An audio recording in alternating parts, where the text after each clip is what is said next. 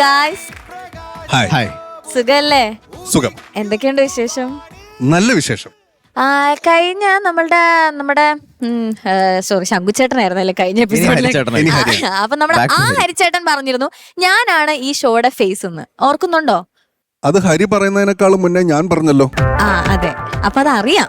ചെവിയും കേക്കില്ല, കണ്ണും കാണില്ല. അല്ല, അത് ഓർമ്മിപ്പിക്കാനുള്ളൊരു കാരണമുണ്ട്. എന്താണത്? ദങ്ങട് നോക്കൂ, ദങ്ങട്. 4 സീറ്റ്സ്, 4 കസേര, 3 കപ്പ്. എന്താണത്? എല്ലാം കണ്ടുപിടിച്ചോളൂ കേട്ടാ. അപ്പൊ ചായ കുടിക്കാത്ത ആരോ ഒരാളുണ്ട്. ചായ കുടിക്കാത്ത ആരോ ഒരാളുണ്ട്. അപ്പോ ഞാൻ 4 കസേര വരാൻ പോകുന്ന ആളാരാണെന്ന് അറിയണ്ടേ? തീർച്ചയായും. പ്രത്യേകിച്ച് 2 കസേരകളുള്ള സ്ഥിതിക്ക് വൻ സർപ്രൈസ് ആയിരിക്കും. നമ്മൾ കുറച്ച് നാളായാലും 2 ഗസ്റ്റ് വന്നിട്ട്. 2 ഗസ്റ്റ്. അതെ, ധ്യാന ശേഷം പിന്നെ ലാസ്റ്റ് അത് ഓർമ്മിപ്പിക്കല്ലേ. അതെ, ആ സമയത്ത് അവൾ അവിടെ ആത്മമിത്രം ധ്യാനം കൊണ്ടുവന്നു. അതെ. ഇത്തവണ ആരാ? നമ്മുടെ ഫ്രണ്ട്സ് ആരെങ്കിലാണോ? പണി തരാൻ പറ്റുന്ന ആളുകളെല്ലാം ഞാൻ കൊണ്ടുവരുള്ളൂ. കൂടുതലും ഞാനായിട്ട് കൊണ്ടുവരുമ്പോ അങ്ങനെയുള്ള ആൾക്കാരെല്ലാം കൊണ്ടുവരുള്ളൂ. ശരിയാണ്. ഷാനിക്കൊക്കെ വലിയ റോളൊന്നും ഉണ്ടാവും എനിക്ക് തോന്നുന്നില്ല.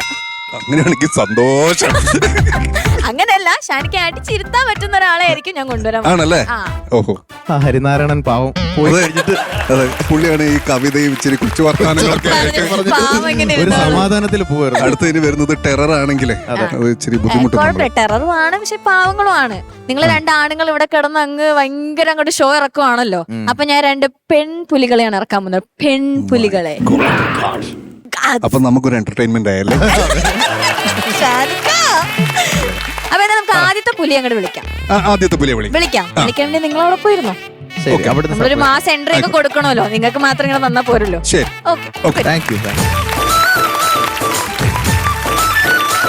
അപ്പോൾ ആ ആളെ ഞാൻ ഇങ്ങോട്ട് വിളിക്കട്ടെ. രണ്ടുപേരും ഒരുമിച്ചാണോ അതോ? അല്ലല്ല, ഒറ്റയ്ക്ക് പണി തരാം ഞാൻ. ആദ്യത്തെ പുലി അങ്ങനെയാണെങ്കിൽ ആദ്യത്തെ പുലിയെ വിളിക്കട്ടെ. എനിക്ക് തോന്നുന്നു, എനിക്ക് ഹരിച്ചേന്റെ കറക്റ്റ് കണക്ക് അറിയാത്തോണ്ട് വരുമ്പോ ആ ഒരു കണക്ക് ഞാൻ എടുക്കാം. ബട്ട് എനിക്ക് തോന്നുന്നു ഷാനിക്കായിട്ട് ഒരു 11-12 വർഷത്തെ ഒരു ബന്ധം ഉണ്ടാവാം. ഈശ്വര, അത് ആരാന്നാണ് മനസ്സിൽ. ഇത് ഈ പറഞ്ഞോണ്ട് നമ്മളുടെ ഇവിടെ വരുന്നവരൊക്കെ മൾട്ടി ടാലന്റഡ് ആയിട്ടുള്ള ആൾക്കാരാണ്. അതുപോലെ ഒരു മൾട്ടി ടാലന്റഡ് ആയിട്ടുള്ള ഒരാളാണ് വരാൻ പോകുന്നത്. ഒരു ഡാൻസർ ആണ്, ഒരു ആക്ട്രസ് ആണ്, ഒരു സിംഗർ ആണ്. ഗംഭീര സിംഗർ. കറക്റ്റ് ആയോ? ഗംഭീരം കറക്റ്റ് ആയോ? ഗംഭീരം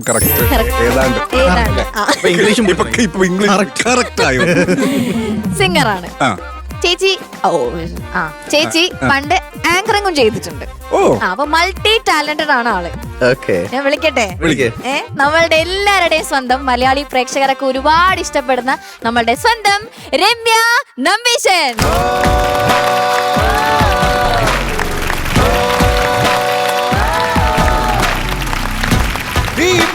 ഈ മുദ്രയുടെ പേരെന്താണ്? അത് ചേച്ചി നമ്മളെ ചോദിക്കാം.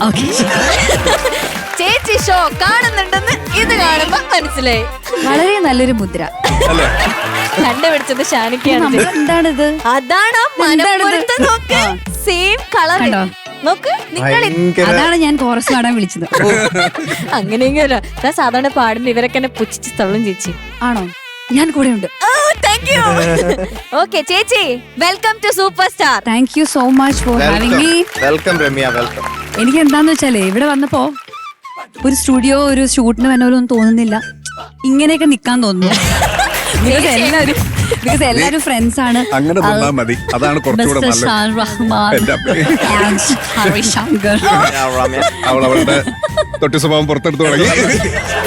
എനിക്ക് ജോലി ഭയങ്കര സന്തോഷമുണ്ട്. ബിക്കോസ് കുറെ നാൾക്ക് ശേഷമാണ് ഇങ്ങനെ ഒരു വേദി പങ്കിടാൻ പറ്റുന്നത്. ഇവരൊക്കെ പരിചയമുള്ള ആൾക്കാരെ ഇങ്ങനെ ആലങ്കാരികമായിട്ടുള്ള വാക്കുകൾ പറയാൻ എനിക്ക് പറ്റില്ല. പക്ഷെ സൂപ്പർ ഹാപ്പി. പിന്നെ നമ്മുടെ ഹലോ പൊളിയല്ലേ, ഓൾ ദി ബെസ്റ്റ്. അടിപൊളിയായിട്ട് പെർഫോം ചെയ്യട്ടോ. ഓക്കെ ചേച്ചി, സൂപ്പർ സ്റ്റാർ കാണാറുണ്ടോ? എന്താണ് നമ്മളെ ഷോനെ കുറിച്ച്? അടിപൊളി. പിന്നെ ഇപ്പോഴത്തെ കുട്ടികൾ എന്ന് പറയുന്നത് നമ്മൾ അതുക്കും മേലെയാണ്. നമ്മൾ വിചാരിക്കുന്ന പോലെ സൂപ്പർ ടാലന്റഡ് ആണ്. അപ്പൊ അവരിൽ നിന്ന് നമുക്ക് കുറെ പഠിക്കാനുണ്ട്. അപ്പൊ ഞാനിവിടെ ആക്ച്വലി ഇവരുടെ ഓരോ പെർഫോമൻസും ഇവരുടെ കുട്ടി തനങ്ങളൊക്കെ കാണാൻ വേണ്ടിയിട്ടാണ് ഇവിടെ ഇരിക്കുന്നത്. So I M like waiting. നോക്കാം. ഓക്കെ. എന്തായാലും അതിനു മുന്നേ ഈ ഷാൻ റഹ്മാനെ കുറിച്ച് എന്താണ് ചേച്ചി അഭിപ്രായം? ഓ നീയൊക്കെ കൂടി എന്റെ വില കളയും. 12 വർഷത്തെ ബന്ധം എന്ന് ഷാൻ റഹ്മാനെ കുറിച്ച് പറയണമെങ്കിൽ ബുക്ക് എഴുതേണ്ടി വരും. ആ ബുക്കിന്റെ പേര് പിന്നെ പറയാം. നാടകത്തിന്റെ പേര് ഞങ്ങൾക്കറിയാം. അതെന്താ? നാടകത്തിന്റെ പേരോ? ലീല ലോല. My God. ഓ ഇവിടെയും അത് പാട്ടായോ?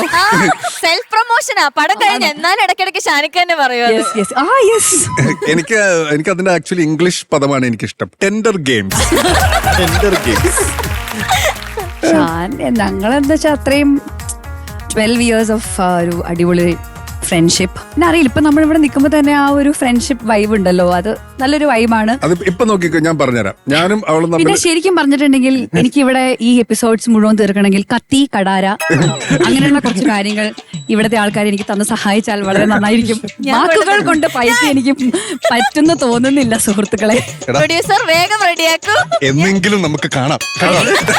ഹരി, നമ്മൾ ഫ്രണ്ട്സ് അല്ലേടാ?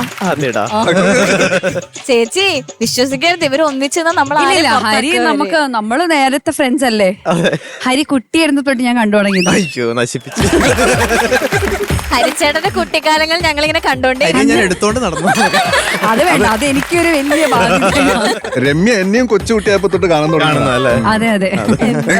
എങ്ങനെ ചില നുണകൾ നമ്മളങ്ങോട്ട് വിശ്വസിച്ച പോലെ കാണിക്കാൻ. ബുദ്ധിയില്ലല്ലോ എന്നൊക്കെ വിചാരിച്ച് നമ്മൾ തള്ളിക്കളയും. പൊട്ടനൊക്കെ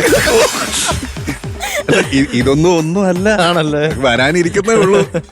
അപ്പോ എനിക്ക് ഹരിയായിട്ട് നമ്മൾ MG രാധാകൃഷ്ണൻ സാറിന്റെ എനിക്ക് 2013 ആ സമയത്ത് 13-14 ആ സമയത്തായിരുന്നു. താത്തയുടെ ഒരു നൈറ്റ് ആയിരുന്നു, അതെ, MG രാധാകൃഷ്ണൻ നൈറ്റ് വെച്ചപ്പം അന്ന് ചീഫ് ഗസ്റ്റ് രമ്യ നമ്പീശനായിരുന്നു അവിടെ. അതിന് നെക്സ്റ്റ് ഇയർ മോഹൻലാൽ. വലിയ വലിയ ആൾക്കാരൊക്കെ വിളിക്കാറുണ്ട്. ഞാൻ അങ്ങനത്തെ വേദികൾ മാത്രമേ ഞാൻ പങ്കെടുക്കാറുള്ളൂ. അപ്പൊ അന്ന് ഞങ്ങൾ ഡുവറ്റ് ഒക്കെ ഭയങ്കര, അതിപ്പോഴും എനിക്ക് ഓർമ്മയുണ്ട്. ആക്ച്വലി ഹരിശങ്കർ ഉണ്ടെന്ന് പറഞ്ഞപ്പോ അതാണ് എനിക്ക് ആദ്യം ഓർമ്മ വന്നത്. പിന്നെ അല്ലാതെ പിന്നെ കുറെ വേദികളിൽ പിന്നെ കണ്ടെങ്കിലും അതൊരു ഭയങ്കര സ്പെഷ്യലാണ് ആദ്യമായിട്ട് കണ്ടത്. അന്ന് ഏതാ പാടിയത്? അന്ന് താത്തയുടെ കറുകറെ കാർമുകിൽ. എന്നാ ഡിബേറ്റ് ഞങ്ങൾക്ക് ഒന്ന് കേൾക്കണം. ഓക്കെ അല്ലേ ഷാനിക്ക? ഓക്കെ.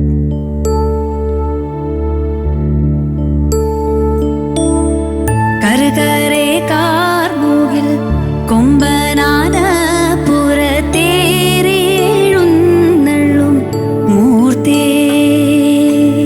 കറുകറെ കാർമുകിൽ കൊമ്പനാന പുറത്തേറിയെഴുന്നള്ളും മൂർത്തേ.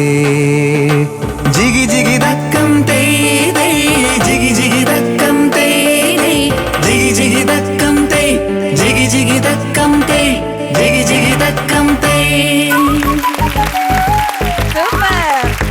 അപ്പൊ ഇതുപോലുള്ള ഡിബേറ്റുകൾ ഞങ്ങൾ ഇനിയും പ്രതീക്ഷിക്കുന്നു ചേച്ചി.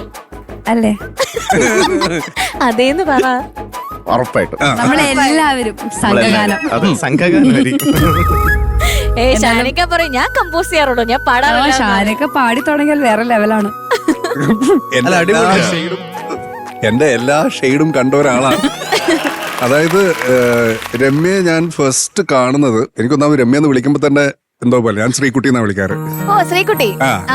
ഫസ്റ്റ് ഞാൻ കാണുന്നത് ഒരു US ഷോയുടെ വിസ ഇന്റർവ്യൂ. അതുകൊണ്ട് തുടങ്ങുമ്പോ അവിടെ തൊട്ട് തുടങ്ങണം. വിസ ഇന്റർവ്യൂക്കാണ് ഞാൻ ആദ്യമായിട്ട്.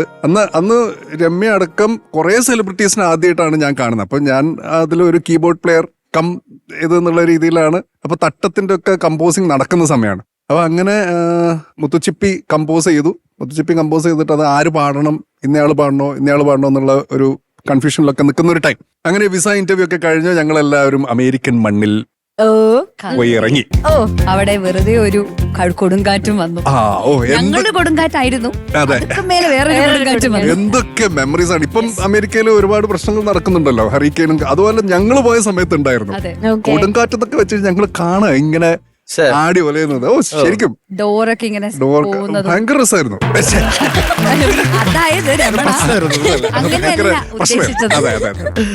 അപ്പൊ അവിടെ വെച്ച് നമ്മൾ എന്റെ അടുത്ത് വന്നിട്ട് പറഞ്ഞു, അതെ എനിക്ക് ഡാൻസും സ്കിറ്റും മാത്രമല്ല, ഞാൻ പാട്ടും പാടും. അപ്പൊ ഞാൻ പറഞ്ഞു, പാട്ട് പാടുവോ? പാടും. എന്നിട്ട് അവിടുന്ന് രമ്യ ഇത് കേൾപ്പിച്ചു, ആണ്ടിലോണ്ട് അവിടുന്ന് കേൾപ്പിച്ചപ്പോഴ് ഞാൻ ഇരിക്കുന്നുണ്ട്, കുറച്ച് ദൂരെ വിനീത് ഇരിക്കുന്നുണ്ട്. നമ്മൾ ഹോൾ ഗ്യാങ് വലിയൊരു റിഹേഴ്സൽസിന്റെ ഹാളിൽ ഇങ്ങനെ ഇരിക്കാം. വിനീത് എന്നെ ഇങ്ങനെ നോക്കി, ഞാൻ വിനീതിനെ നോക്കി. അങ്ങനെ അവിടെ നിന്ന് ആ സ്പോട്ടിൽ ഫിക്സ് ചെയ്തതാണ് രമ്യനെ കൊണ്ട് മുത്തുച്ചിപ്പി പാടിപ്പിക്കാന്നുള്ളത്. അങ്ങനെ തിരിച്ചു വന്നിട്ട് നമ്മള് ചെന്നൈയിൽ നിന്ന് ദീപകേട്ടന്റെ സ്റ്റുഡിയോ നിന്ന് നമ്മളത് റെക്കോർഡ് ചെയ്തു. അന്ന് തന്നെ രമ്യയുടെ ബ്രദർ രാഹുൽ സുബ്രഹ്മണ്യൻ, അന്ന് ഒരു പാട്ടുകാരൻ മാത്രമേ, ഇന്ന് കേരളം മുഴുവൻ അറിയുന്ന ഒരു മ്യൂസിക് ഡയറക്ടറാണ് രാഹുൽ സുബ്രഹ്മണ്യം. അപ്പം എനിക്ക് തോന്നുന്നു ഏറ്റവും എല്ലാവരും ഇഷ്ടപ്പെടുന്ന ഒരു പാട്ടാണ് അനുരാഗം. ഓഫ് കോഴ്സ് എന്റെ ഒരു പ്ലേലിസ്റ്റിൽ ഉണ്ടായിരുന്ന അവന്റെ ഒരു ഭയങ്കര വെരി ഫോർച്ചുനേറ്റ്. Yeah. ശരിക്കും സത്യം പറഞ്ഞാൽ ഇത്രയും ഫോമൽ ആവാൻ പറ്റുന്നില്ല. അതായത് എനിക്ക് എന്താന്ന് വെച്ചാൽ ഓർമ്മകൾ എന്ന് പറഞ്ഞു കഴിഞ്ഞാൽ കുറേ ഓർമ്മകളുണ്ട്. ആ ട്രിപ്പ് തന്നെയാണ് ശരിക്കും പറഞ്ഞാൽ. അതിൽ ശരിക്കും ഞങ്ങളുടെ ഓരോ ഷോസും പിന്നെ ഞാൻ അന്ന് സ്റ്റേജിൽ പാടിയ പാട്ട് എല്ലാവരും ചൊല്ലണമെന്ന് പറഞ്ഞ പാട്ടാണ്. അപ്പൊ ഒരു സ്ഥലത്ത് എനിക്ക് താളം, ആ സമയത്ത് സ്റ്റേജിൽ ഞാൻ ലൈവ് പാടാറേ ഇല്ല, ആദ്യമായിട്ടായിരിക്കും ഒരു ലൈവ് പാടുന്നത്. ആകെ ആണ്ടേലോണ്ടെ പാടി എന്നുള്ളൊരു ഇതുള്ളൂ, അല്ലാതെ സ്റ്റേജിലൊക്കെ പാടാൻ ഭയങ്കര പേടിയായിരുന്നു. അപ്പോൾ ഒരു സ്ഥലത്ത് വരുമ്പോൾ എനിക്കൊരു ചെറിയൊരു പ്രശ്നം ഉണ്ടാവും. അപ്പോൾ ഞാൻ ഇങ്ങോട്ട് നോക്കും, അപ്പൊ ഇവിടുന്ന് ഒരു സാധനം മാത്രം എനിക്ക് ആ ടിങ് മിസ്സായി കഴിഞ്ഞാൽ ആ പാട്ട് കംപ്ലീറ്റ് കൊള്ളാം. അപ്പൊ ആ ടിങ് തൊട്ട് തുടങ്ങിയതാണ് ഈ ഫ്രണ്ട്ഷിപ്പ്. തുടങ്ങിയ ഒരു ഭയങ്കര രസമുള്ള ഒരു ജേണിയായിരുന്നു. അതായത് 10-12 വർഷം നമ്മൾ രണ്ടുപേരും ഇടയ്ക്കിടയ്ക്ക് കാണും. എനിക്ക് വേണ്ടി രമ്യ കുറെ പാട്ടുകൾ പാടി. ആക്ച്വലി പല പാട്ടുകളും ഞാൻ അവിടെ സ്റ്റോർ ചെയ്ത് വെച്ചിട്ടുണ്ട്. ഏതെങ്കിലും നല്ലൊരു ഉഗ്രൻ സംഭവങ്ങൾ വന്നു കഴിഞ്ഞാൽ കൊടുക്കാൻ വേണ്ടിയിട്ട് റെഡിയാക്കി വെച്ചിട്ടുണ്ട്. ഇവർ രണ്ടുപേരും എനിക്ക് വേണ്ടി ഒരു ഡുവറ്റ് പാടിയിട്ടുണ്ട്. 2023. അപ്പൊ എന്തായാലും വഴിയെ നമുക്ക് ഇതുപോലെ കുറെ കഥകളൊക്കെ അറിയാം.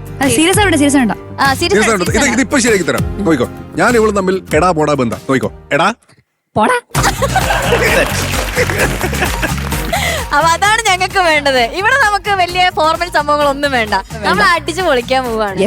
ഞാൻ പൊളിക്കാൻ വേണ്ടി വന്നേക്കാം.